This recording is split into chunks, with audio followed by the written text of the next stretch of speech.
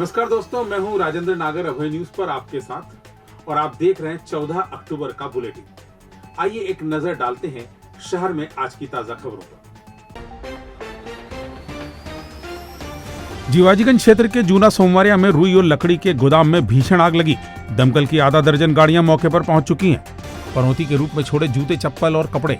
गरबा में मिलेगी ताल से ताल। मतदान के लिए जागरूक करने साइकिल पर आया प्रशासन। कचरे से होगी करोड़ों की कमाई। खबरों को हम जानेंगे विस्तार से, आप सिर्फ मेरे साथ बने रहिए। सर्वपितृ मोक्ष अमावस्या पर शनिवार को सिद्धवट, गया कोठा और रामघाट पर भक्तों का सैलाब उमड़ा है, जहां उन्होंने अपने पितरों के मोक्ष के लिए पूजन एवं तर्पण किया। सर्वपितृ मोक्ष और शनिश्चरी अमावस्या साथ होने से इसका महत्व और बढ़ गया, जिसके चलते त्रिवेणी स्थित शनि मंदिर पर ही भक्तों की जमकर भीड़ रही। उन्होंने पहले शिप्रा में आस्था की डुबकी लगाई। इसके बाद भगवान शनिदेव का तेल से अभिषेक कर पनौती के रूप में जूते, चप्पल और कपड़े छोड़े। प्रशासन ने श्रद्धालुओं की सुविधा के लिए त्रिवेणी पर फव्वारों का इंतजाम किया। दरअसल श्राद्ध पक्ष की सर्वपितृ मोक्ष अमावस्या पर आज शनिश्चरी का संयोग और गज छाया योग बना है। ये योग पितरों के पूजन व स्नान दान के लिए विशेष माना जाता है, जिसके चलते त्रिवेणी संगम पर अल सुबह से ही स्नान का सिलसिला शुरू हो गया। प्रशासन ने भगवान शनिदेव के दर्शन के लिए श्रद्धालुओं की अलग अलग कतार लगवाई। शिप्रा में स्नान कर शनिदेव के दर्शन करने वाले श्रद्धालुओं के लिए घाट के पास उद्यान से ही मंदिर में प्रवेश की व्यवस्था की गई। स्नान के बाद श्रद्धालुओं ने कपड़े और जूते, चप्पल पनौती के रूप में छोड़ दिए, जिसे उठाने के लिए प्रशासन ने विशेष इंतजाम किए थे। यहाँ पर शनिश्चरी अमावस्या का बहुत महत्व है। तो अमावस्या के दिन यहाँ पर जो है दूर से लाखों की तादाद में श्रद्धालु आते हैं। आकर के स्नान ध्यान नदी में यहाँ पर करते हैं। त्रिवेणी संगम है यहाँ पर। उसके बाद में स्नान ध्यान करने के पश्चात वो अपने जूते, चप्पल, कपड़े यहाँ पर छोड़ते हैं।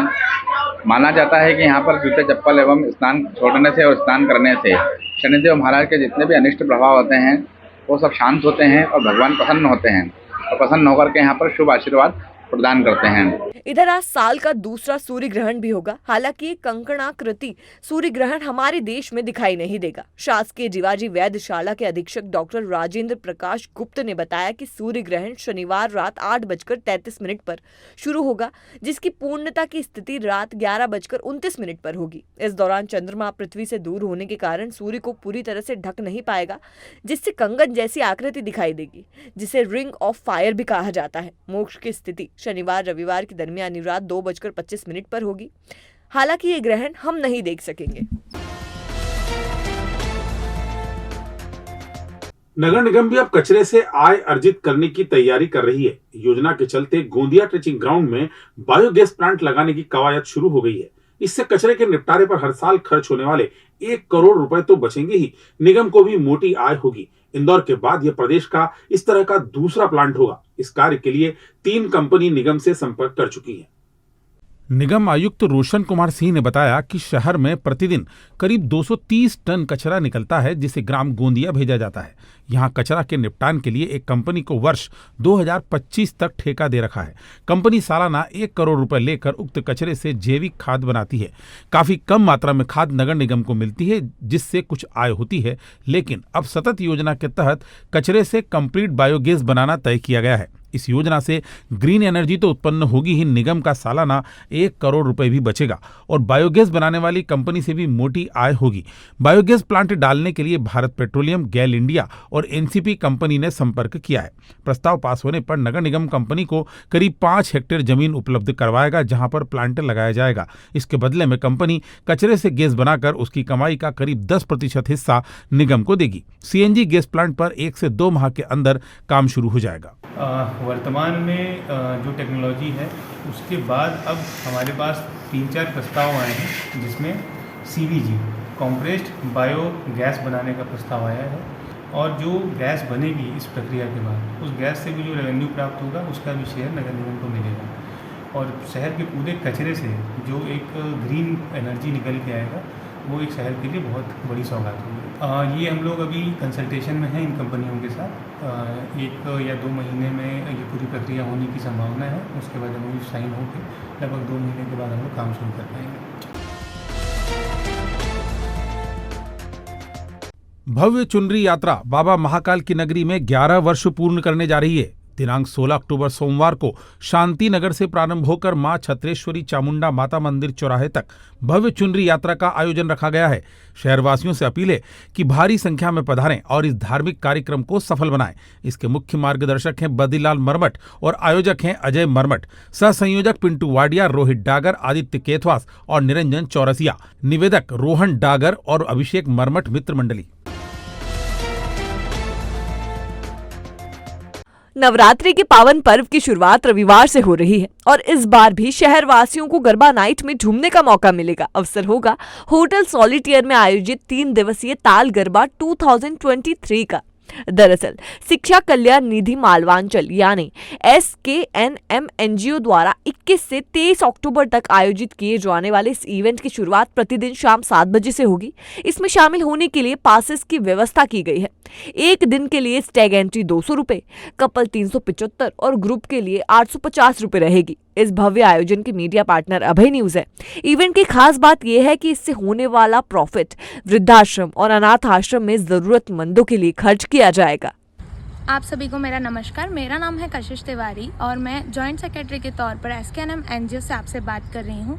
पिछली बार की तरह इस बार भी हम लेके आए हैं आपका अपना गरबा ताल गरबा, जो कि हमने सॉलिटेयर पर रखा है 21, 22, 23 अक्टूबर को।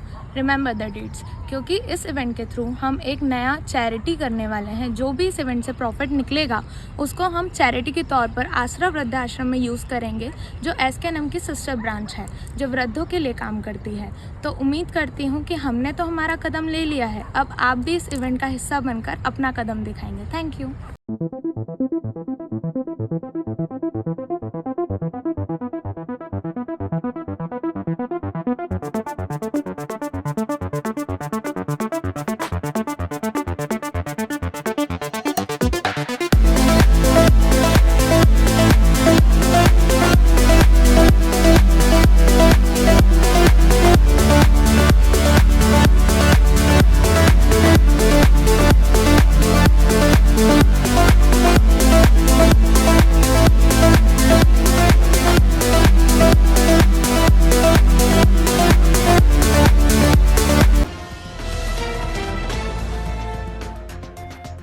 विधानसभा चुनाव में मतदान करने के लिए लोगों को जागरूक करने के उद्देश्य से शनिवार को एक साइकिल रैली का आयोजन किया गया।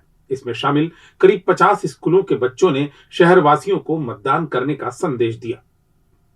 रैली की शुरुआत दशहरा मैदान से हुई। इसमें कलेक्टर कुमार पुरुषोत्तम, SP सचिन शर्मा, नगर निगम आयुक्त रोशन कुमार सिंह, जिला पंचायत CEO मृणाल मीणा भी शामिल हुए। अधिकारियों ने विद्यार्थियों को मतदाता जागरूकता की शपथ भी दिलाई। इस दौरान विद्यार्थी हाथों में स्लोगन लिखी हुई तख्तियां भी थामे थे। और अब खबरें दे दनादन। उज्जैन विकास प्राधिकरण के तत्कालीन CEO सुजान सिंह रावत, उनके ससुर महावीर सहित 9 अधिकारी और कर्मचारियों पर लोकायुक्त में केस दर्ज किया गया। 2021 में लगे आवास मेले के दौरान पद के दुरुपयोग एवं बेनामी संपत्ति खरीदवाने के मामले में लोकायुक्त पुलिस में शिकायत की गई थी। मक्सी रोड स्थित जाल सेवा ट्रस्ट की 100 करोड़ से अधिक की बेशकीमती जमीन से शनिवार को लोगों ने स्वेच्छा से अतिक्रमण हटाना शुरू कर दिया। कोर्ट से लिखित में आदेश मिलने के बाद नगर निगम ने जमीन को कब्जे में लेने की प्रक्रिया शुरू कर दी है। शुक्रवार रात ही यहां निगम का बोर्ड भी लगाया गया था। शारदीय नवरात्रि का पर्व रविवार से प्रारंभ हो रहा है, जिसके लिए देवी मंदिरों में तैयारियां पूरी हो चुकी हैं। वहीं बाजार भी सज गए हैं। शुभ मुहूर्त में मां घरों एवं पांडालों में विराजेंगी। इसके साथ ही डांडिया का रंग भी जमेगा। इधर 51 शक्तिपीठों में से एक मां हरसिद्धि का प्रतिदिन विशेष श्रृंगार किया जाएगा एवं अनुष्ठान भी होगा। भविष्य की चिंता छोड़ो, पंडित गोविंद गुरु से नाता जोड़ो। ना कोई पैसा ना कोई फीस, बस लीजिए गुरु जी का आशीष। आज ही जाने अपनी हर समस्या का समाधान। संपर्क करें 9827030415 या 9302230415। हमारा पता 8 अलगदाम कॉलोनी, सावे रोड, उज्जैन।